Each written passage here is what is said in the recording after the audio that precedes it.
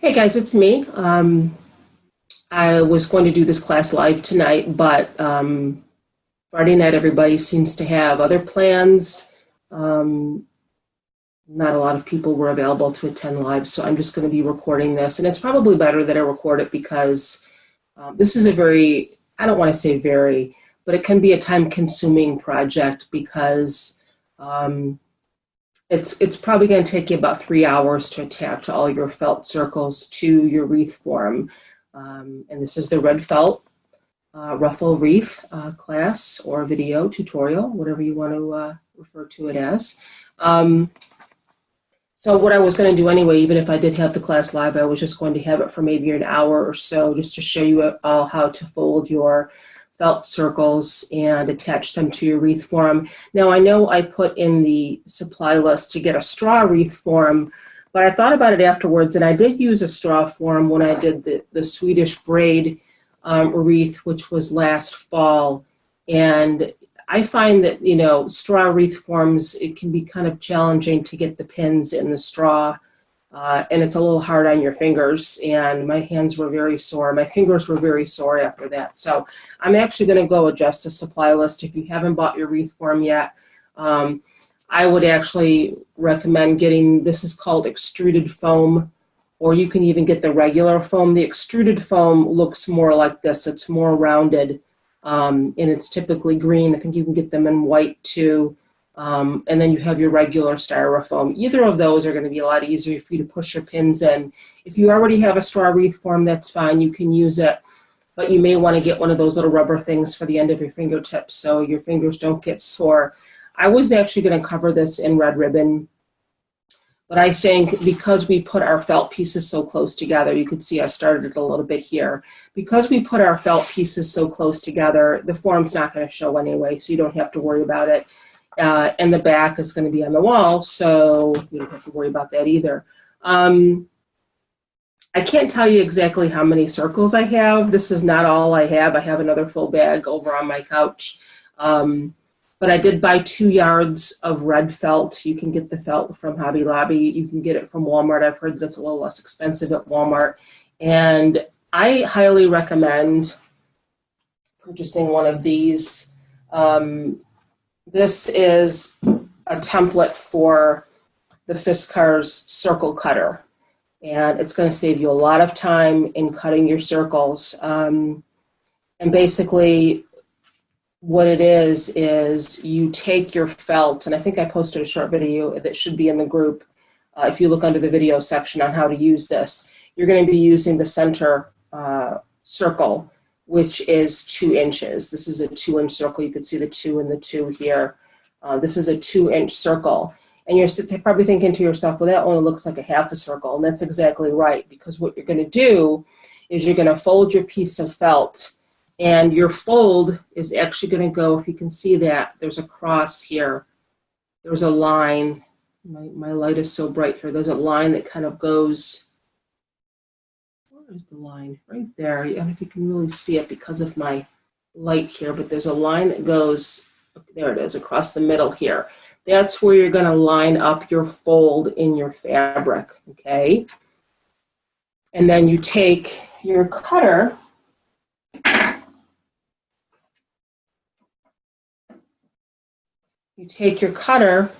and there's your lid, and your little blade is inside there. And when you line up these 2 notches here with your circle, and when you push down, the blade comes out, okay? And you just go around. And I just go maybe a couple of times, press kind of hard because it is felt and it's a little bit thicker, and you're going through 2 layers. So you're kind of cutting a half a circle, but because your felt is folded, you're going to get a full circle out of it. So I would get an extra blade because I broke my first blade. I don't know if it's because I was pressing too hard. I'm not quite sure. I don't think it has anything to do with the quality of the product. Fiskars makes very good products. So you're going to save yourself a lot of time by using one of those. I know initially I had posted the wrong type of cutter. I posted just the Fiskars circle cutter. And that was just for paper and scrapbooking and things of that nature. And I apologize. You have to get the Fiskars fabric circle cutter. And it does come with a template like I showed you. So let's get started here. And you can see, like I said, I did already get started. So you're going to need a bunch of these, which are called dressmaker pins or straight pins. They just have a little tiny ball on the end. I don't know if you can really see that. Oops, let me put it in the palm of my hand so you can see it. They don't have to be too super long. You can get them in the sewing department. And I'm not going to film me making the whole wreath. It's just going to take forever. All you do is you take your little 2-inch circle, and you can make these in any color. And even though if you do use the circle cutter, it is a little time consuming, I'll tell you that right now. But it's a lot less time consuming than making a template and cut it. And you know, what I was going to start to do was I had a little cardboard piece of round cardboard in a 2-inch diameter, and I was making circles in my felt, and that was just going to take way too long cutting it by hand, and that's a lot harder on your hands. So take your circle, and what you're going to do very simply is just fold it in half. Fold it in half once like that, and then fold it in half again. So you're going to end up with a little triangle like that, and it's folded. Okay, so one more time, all you do is fold it in half, and then fold it in half again. So you're going to end up with something like that. Okay, and then you take your pin. It's like I said, I already started mine, so you know, you just start anywhere and just push that pin right. You can start on the top, you can start on the inside, you can start on the outside. I just started on the top, and you push the pin right through the end. Okay, but I'm going to go a little bit closer to where I already started. Now, I'm just going to go, well, you know what, let me just show you first of all how you're going to start. Let's do this. Go kind of in the center and push the pin through, because I can take these out after. Okay, make sure it's right on the end. You want it right on the end there. See that? And we're going to do 4 of these. So fold it in half again.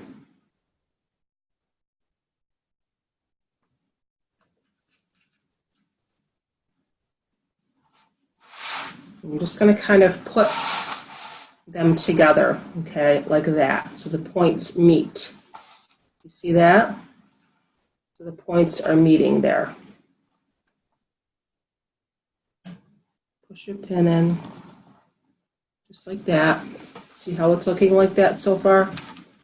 We're going to do 4 of those. And once you get going with your folding, this is something you could sit at your coffee table, or sit in front of your, get a TV tray maybe, and sit in front of your TV and do this while you're watching TV.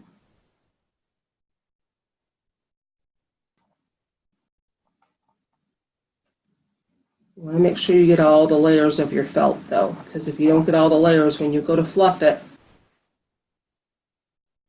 it's not going to look right. Because they're going to be flat at first, okay? They're going to be laying flat like that. You're going to do 4 of them. This is just to get you started.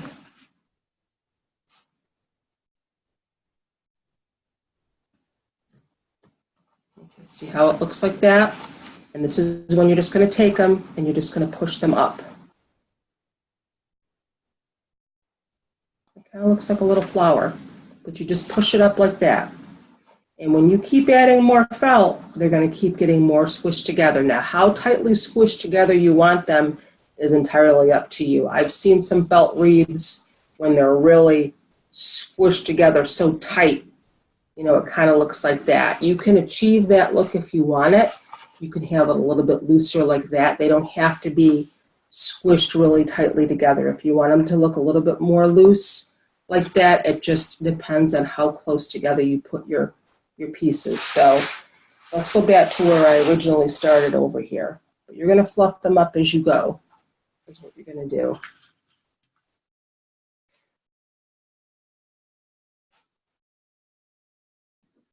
Do the fold. Do it one more time. Very easy. So you have a triangle like that. And go right next to, and get it as close as you can to to your other pieces and just kind of stick it in there. Stick that corner in there that you're going to pin. Get it as close as you can.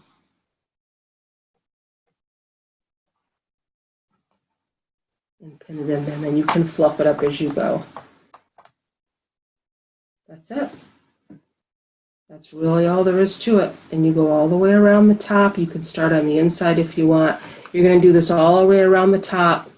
You're going to want to do a row around the outside because you don't want to see your wreath form. You want to get all that covered. And then you're going to do on the inside too.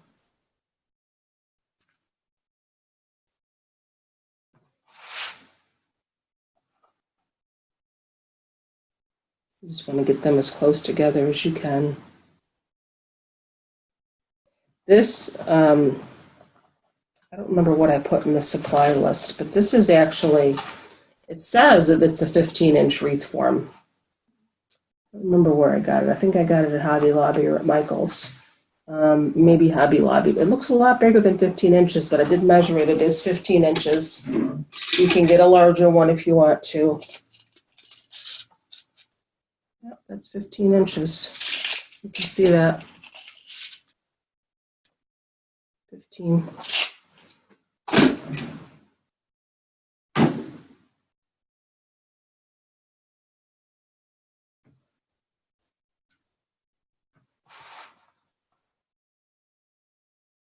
So again, how tight your little felt ruffles are is going to depend entirely on how close together you put your pieces. Looks like a little flower though. Isn't that pretty? That's how it's going to look. Now these are a little fuller because I don't have any next to it squishing it up yet. So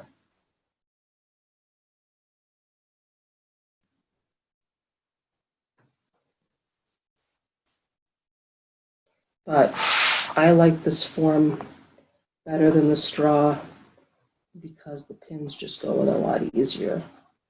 Like I said, when I was doing the Swedish braid wreath, I was killing my fingers trying to get the pins in the straw. It just was really, really hard to do.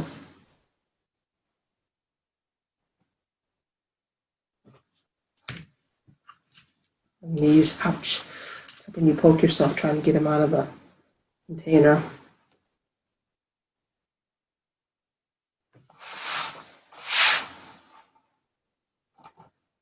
You might even have to like stand it up a little bit, you know, to see what you're doing.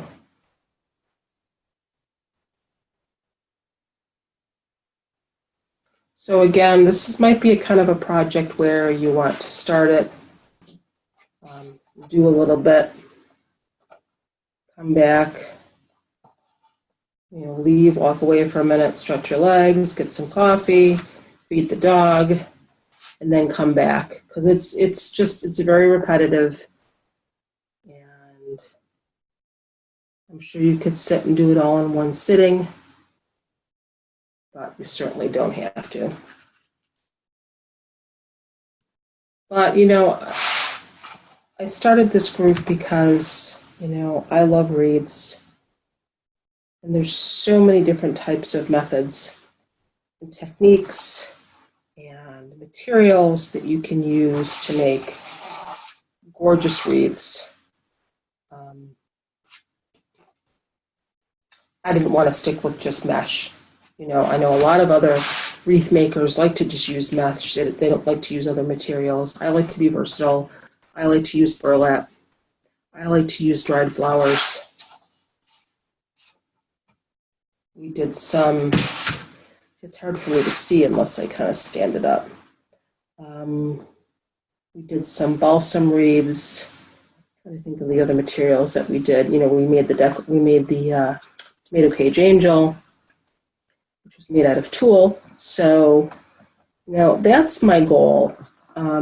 You know, I want to be open to different types of projects. We don't just have to do, and I should just change the name of the group. Instead of the Need to Wreath Making Group, I should call it the Need to Craft Making Group, because I'm definitely open to any types of crafts, you know, primarily wreaths But if any of you ever have an idea, or you see something on Pinterest or anywhere that you want to try, I am definitely open to that. But you can see how these are kind of close together. And I kind of like the way that looks. And it'll really look pretty once you get all your pieces on.